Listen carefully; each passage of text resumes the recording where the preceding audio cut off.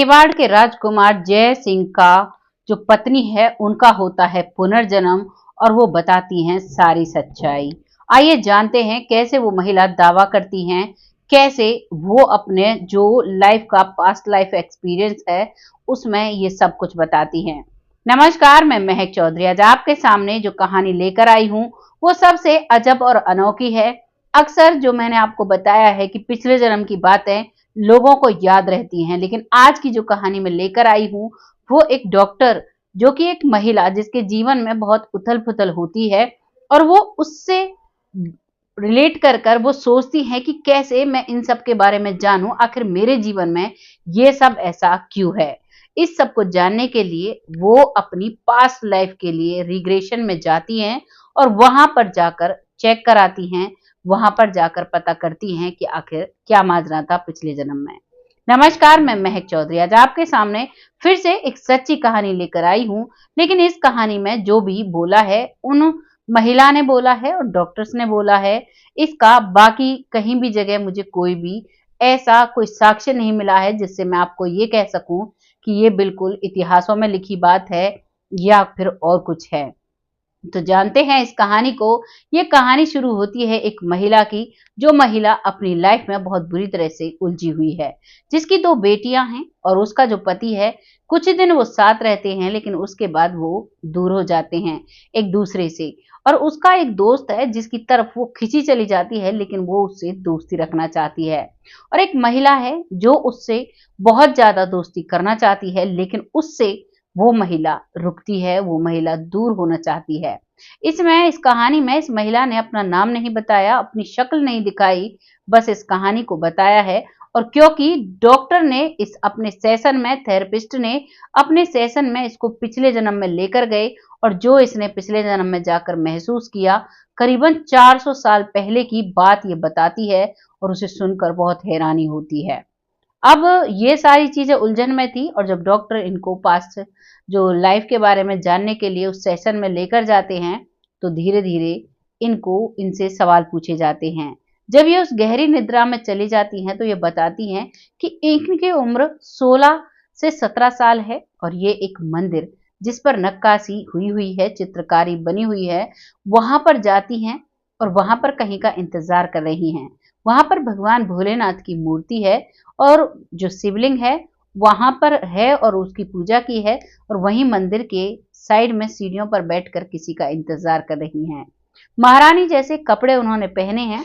वो अपना नाम भी नहीं बताती हैं, पिछले जन्म का भी, बस अपने पति का नाम बताती हैं, जय सिंह। अब एक व्यक्ति आता है जिसकी उम्र करीबन 21 से 22 साल रही होगी। वो एक घोड़े पर सवार होकर आता है। वो उससे मिलती हैं और मिलने के बाद कुछ प्यार भरी बातें करती हैं। उसके बाद वो वहां से चला जाता है। अब लगातार इनका ये मिलना जुलना होता है। राजघराने से वो महिला होती है, लड़की होती है 16-17 साल की, और राजकुमार वो व्यक्ति होता है जो उससे मिलने के लिए आता है। यही सिलसिला लगातार चल रहा था और जब ये सिलसिला लगातार चलता है तो इस बात का पता लड़की के पिता को चलता है जो कि उनके प्यार के खिलाफ होता है। लेकिन लड़की की जो माँ है वो प्यार के कहती है कि ठीक है, अब तुमने प्यार किया है तो तुम शादी कर लो। और कुछ पंडित, कुछ विद्वानों के साथ में लड़की की माँ अकेली उस लड़की की शादी उस राजकुमार से करा देती है। वो लड़की अपने जीवन में बहुत खुश हो जाती है और शादी करके बहुत खुशी खुशी रहती है। धीरे धीरे वक्त निकलता है, तभी एक मुगल की नजर उस रानी पर पड़ती है, क्योंकि अब वो रानी बन चुकी थी। और वो मुगल उसके जो मायका था, यानी कि जो माता पिता थे, उन पर हमला करता है और उन्हें मार देता है। उसके बाद उसे पता चलता है कि उसकी राजकुमारी की शादी कहाँ पर हुई थी। वो वहां पर आता है और जो इसका पति था उससे वो लड़ाई करता है और उसके बाद अब वो उस जो रानी बनी थी उस लड़की को किडनैप कर कर ले जाता है, उसे जेल में डाल देता है। लगभग 8 सालों तक उस जेल के अंदर उसे रखता है। कुछ दिन तक तो उससे कैदियों जैसा बर्ताव करता है, लेकिन धीरे धीरे जब वक्त निकलता है तो वो उसे अपने साथ बिठाकर खाना भी खिलाता है, उससे बात करने की कोशिश करता है। अब यहाँ पर जो राजकुमारी थी वो मौके का फायदा उठाती हैं और जैसे ही 8 साल होते हैं तो 8 साल में उसे एक मौका मिलता है जो वो अपनी कमर पर एक चाकू बांध कर रखते थे, उसी चाकू को निकाल कर उसके सीने में घोंप कर वहां से वो फरार हो जाती हैं। उस महल के वो जो मुगल शासक था वो भी अपने महल में और अपने जो उनकी जेल थी उसमें लेकर गया था, उसी के पिछले दरवाजे से अब ये जो रानी साहिबा हैं ये फरार हो जाती हैं। जब फरार होती हैं तो देखती हैं कि जंगल में एक परिवार है जो इसकी मदद करता है। उस परिवार से वो आसरा लेती हैं रात का और फिर दिन में उससे बात कर अपने महल लौट जाती हैं।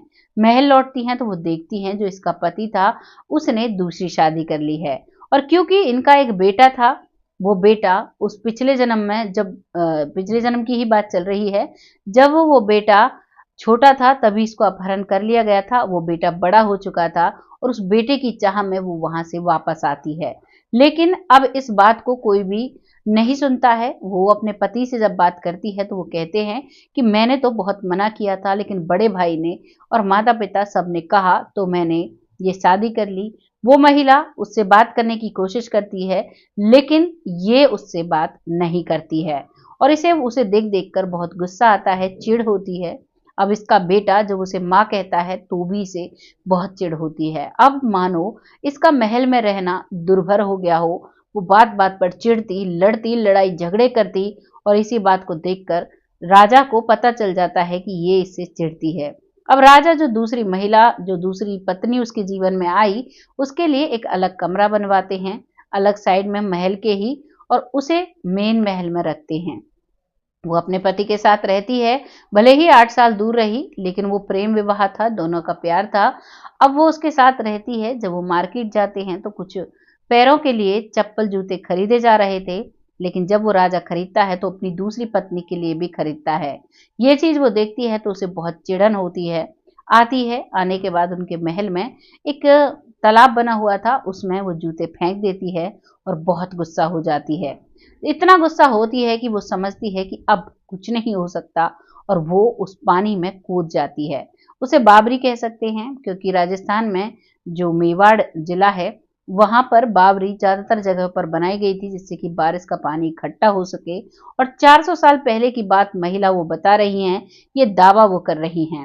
अब उस जगह पर जाकर वो उसमें कूद जाती है, क्योंकि उसे इतना गुस्सा आता है, वो अपने गुस्से पर कंट्रोल नहीं कर पाती और धीरे धीरे अब उसकी सांसें थम जाती हैं। जब उसकी सांसें थम रही थी तो वो महिला यहाँ सेशन में बैठी हुई थी और उसे पसीने आ जाते हैं, वो घबरा जाती है। जब डॉक्टर पूछता है उससे कि क्या हुआ तो वो बताती है कि मैं, अब मेरी जान जा चुकी है, अब सब मुझे कोशिश कर रहे हैं, बोल रहे हैं, लेकिन मैं उनसे कुछ भी बात नहीं कर रही हूँ। डॉक्टर उसे समझाता है और फिर आगे चलते हैं। उसके मरने के बाद अब उसका जन्म होता है, इस दुनिया में जन्म होता है 400 साल बाद। 400 साल के बीच का जो समय था उसके बारे में वो महिला कुछ भी नहीं बता पाती है। दरअसल डॉक्टर्स का कहना है कि वो महिला बीच का समय जो भूल चुकी है, उसका उसमें वो उसने कोई भी जन्म लिया हो सकता है यही प्रक्रिया पहले भी दोहराई हो, लेकिन उसके दिमाग में आज भी उस महिला से चिड़न, आज भी अपने बेटे को अपने पास रखने की इच्छा, आज भी अपने पति से बार बार लड़ाई और आज भी अपने दोस्त से हमदर्दी लगती है।